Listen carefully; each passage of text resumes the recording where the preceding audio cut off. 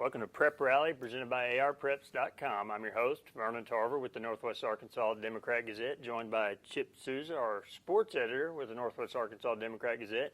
High school football playoffs, round 2.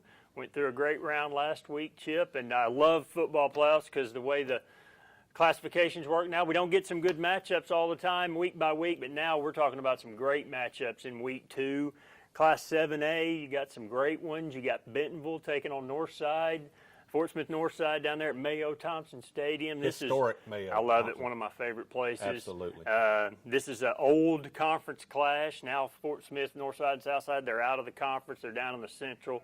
And this is maybe a tough one to call this week. Northside team we haven't seen around here much this year, but Trey Norwood and that gang down there are pretty tough, and Bentonville coming off that close call, this could be a dandy. Well, and the interesting thing, too, is that, Bentonville, last week was the first time they've had a first-round playoff game since the bye system was instituted. So we'll see how that affects Bentonville. Northside had a bye, probably haven't had one, maybe ever, especially when they were in the 7A West, they didn't get one. So we'll see how the not playing last week affects Northside and how playing last week affects Bentonville. So it'll be a good matchup. It'll be a good matchup anyway, regardless. That's right. Speaking of byes, Springdale Harbor, one of those teams that did get the bye out of the West, they take on Bryant. Bryant didn't have any trouble last week with Springdale High. Defense is going to be the name of that game. Bryant really hangs its hat on defense. We know about Harbor. They do the same thing. They've kind of gone back and forth. They've gone with the byes. They've had to play through. And Harbor's a team that really, if their defense is up to the challenge and they're getting that offense going, they could go deep into playoffs. Bryant's a team that early in the season everybody was kind of really down on them and said this wasn't going to be a very good Bryant team. And then they kind of got it turned around, and, boy, they've been one of the hottest teams in 7A, no doubt about that.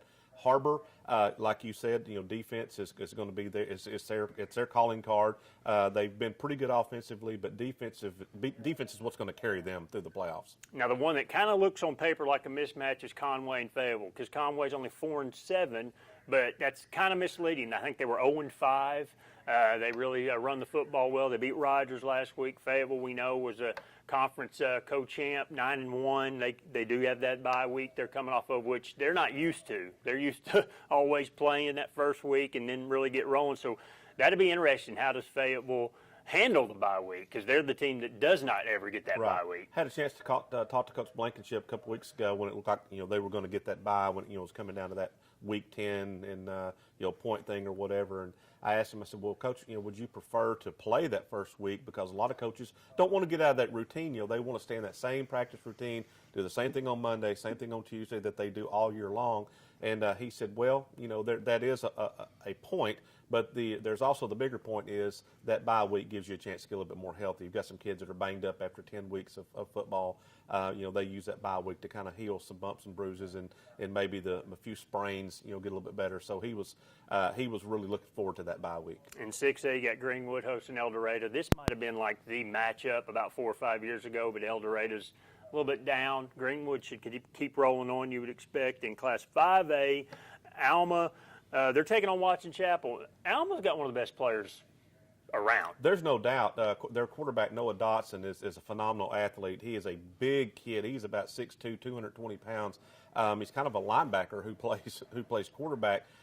He's going to be one of the few kids in the state this year that will pass for 2,000 yards and rush for 1,000. He's already gone over both of those marks this year. So he's had a great year. He is a hard kid to bring down.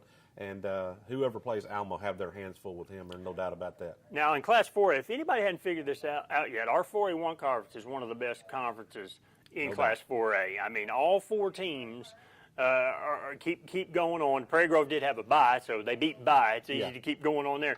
But you got Shiloh, Pea Ridge, Gravette going to Pocahontas last week. Correct. Took that Yellow Dog 5 hours across the state to Pocahontas, and what a great game for Austin O'Brien.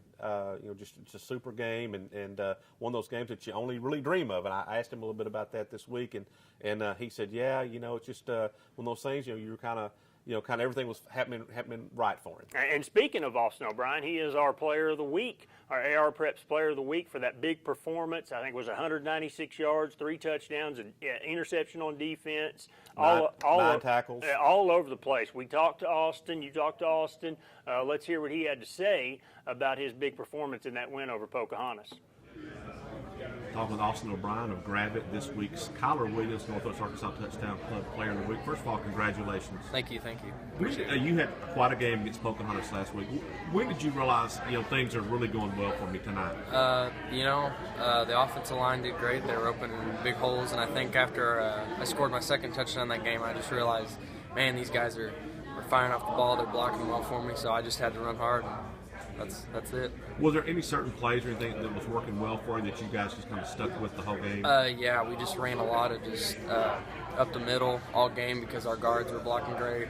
Our left and right guard, they're great pullers. They come around and they really connect with the linebackers that game, so they did great.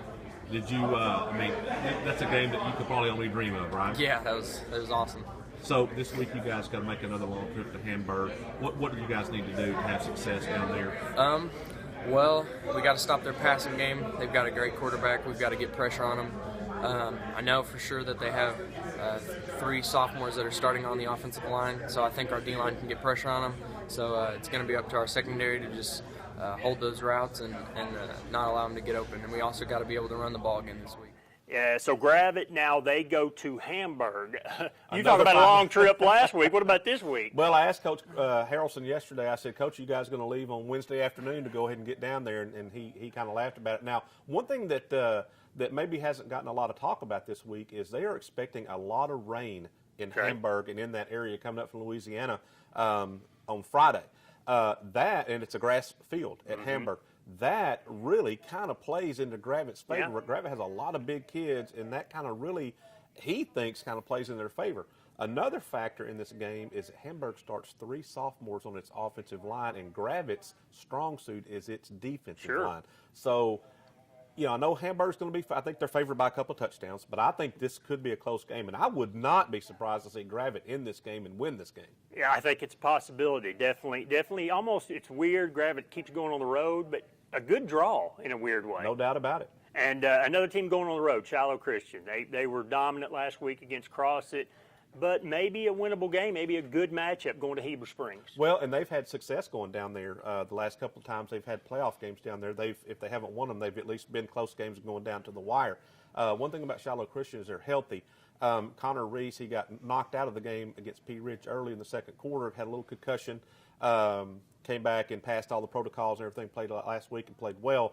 So they're healthy, and Shiloh has to feel good about where they are. I mean, I think Shiloh gets a win this week. I think Shiloh's going to the semifinals is what I think. A great draw for Shiloh. Now, a team that probably didn't get a good draw, just when you look at who they got, was P. Ridge. Well, and that's kind of funny, too, because, they finished second in the conference, beat Shiloh, and then their draw was to face a very good Arkadelphia team last week. And, I mean, they really had to scrap to get that win. And then their reward this week is to go take on number 1 Nashville. Yeah, Nashville, 26 straight wins. Beat P. Ridge in the semifinals last year and on their way to a state championship, and now they go to Nashville. The Scrappers are just, I think, one of the best programs in the state. They are. There's really, if you look at 4A, I think there's been 3 really great teams all year long. I think you look at Nashville, obviously be the best team. Warren's going to be right up there, and then Robinson's right up there. Those 3 are really good. And then, you've got, P. Ridge is right in there, Shiloh's right in there. So, they want, maybe Hamburg's right in there too. So, the 4A's, really stacked. But I think it's really stacked at the top. Yeah, and Prairie Grove. Let's not forget about them. Prairie Grove hosting Central Arkansas Christian, CAC. Hooten says this was going to be close. I mean, Prairie Grove shouldn't overlook this first game. They got a bye last week. This could be a tough matchup. Well, it will be. But the one thing Prairie Grove did last year, it used to its advantage was playing all those games at home, and they are a very tough team to beat at home. Prairie Grove has quietly put together a 10-0 season. Hadn't really had a lot of talk about them, but they're 10-0, and they're the typical Prairie Grove team. They play hard every snap of the game. They will hit you in the mouth every play, and it's always interesting to see what teams are able to come back from that. Last year, when Prairie Grove punched teams in the mouth, they didn't often get up. That's right. Last but not least, we got to finish with our Elkins Elks. I love us some Elks. They keep rolling.